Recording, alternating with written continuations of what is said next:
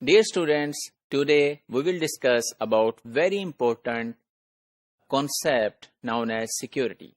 So you might have heard about this concept, the security concept, but we will discuss today in today's module it in a little bit more depth, that what is actually the security, why it is important in the sense of computer science, especially when all of the information is made available digitally.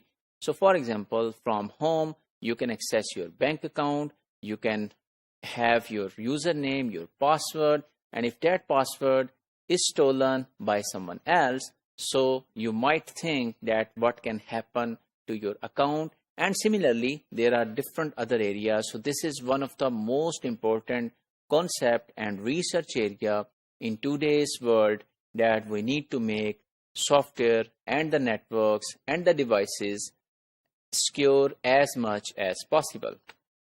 So the computer security, also known as cyber security or IT security sometimes, is the protection of information system, whatever the software you are using in the organization, from theft or damage to the hardware, the software, and the information which is available in your software or in any digital form. So security areas can be divided broadly into these aspects: confidentiality, integrity, availability, and authentication. So let's discuss them one by one. So confidentiality means that only authorized users can access the data, resources, and information. Authentication, so this means that other information which is not designed or which doesn't belong to a particular user should not be shown to that user. For example, when you log into an email server, so if that email server is not secure, and if that email server, when you logged in, gives you the inbox of some of your friend or some of other person, so this means that confidentiality has been compromised. Then there is another thing known as integration or integrity. So only authorized users should be able to modify the data when needed. So other users who are not authorized, they should not be allowed to edit information or modify information. So for example, different people have access to the information and they are using that information. However, some of the people have only the role of modifying some of the things. So for example, if you have formed a group on WhatsApp, so there is an administrator who can modify the things within that group. So all users are not allowed to add new users, to modify their details and different other related things. Then the availability. That means data should be available to users whenever the data is needed. And then the authentication means, are you really communicating with whom you think you are communicating with?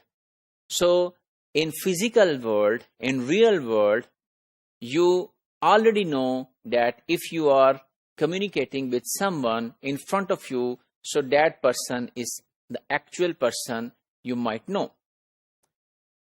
So in digital form, it could be someone else. So for example, if you are having a voice chat with your friend, so some stranger can make a voice of your friend and can communicate with you. And if it is not the voice messages, if it is only the text messages, then it is not a problem. So such kind of thing is normally called identity theft. So your identity can be stolen, and that identity can be used to communicate with others. So you might have listened some of the things in the media or in the news that some user, for example, X user, has not communicated anything wrong with his or her login on the, for example, social media like Facebook. However, the identity of that person was stolen, and that person was making some very bad news or publishing some of the very bad news to other community. And that is kind of, if that happens, this means that there is no authentication. So the other person is not actually the person with whom you are communicating. So why it's important? It prevents data theft such as bank accounts, as we have discussed, numbers, credit card information, passwords, work-related documents or sheets, and data present in a computer can also be misused by unauthorized intrusions.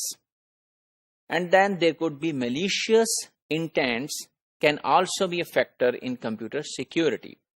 So intruders often use your computer for attacking other computers. So they get access of your computer, and then they are making some bad things with rest of the users, and rest of the users are thinking that this has been done by yourself. So there is another concept in computer security known as firewall.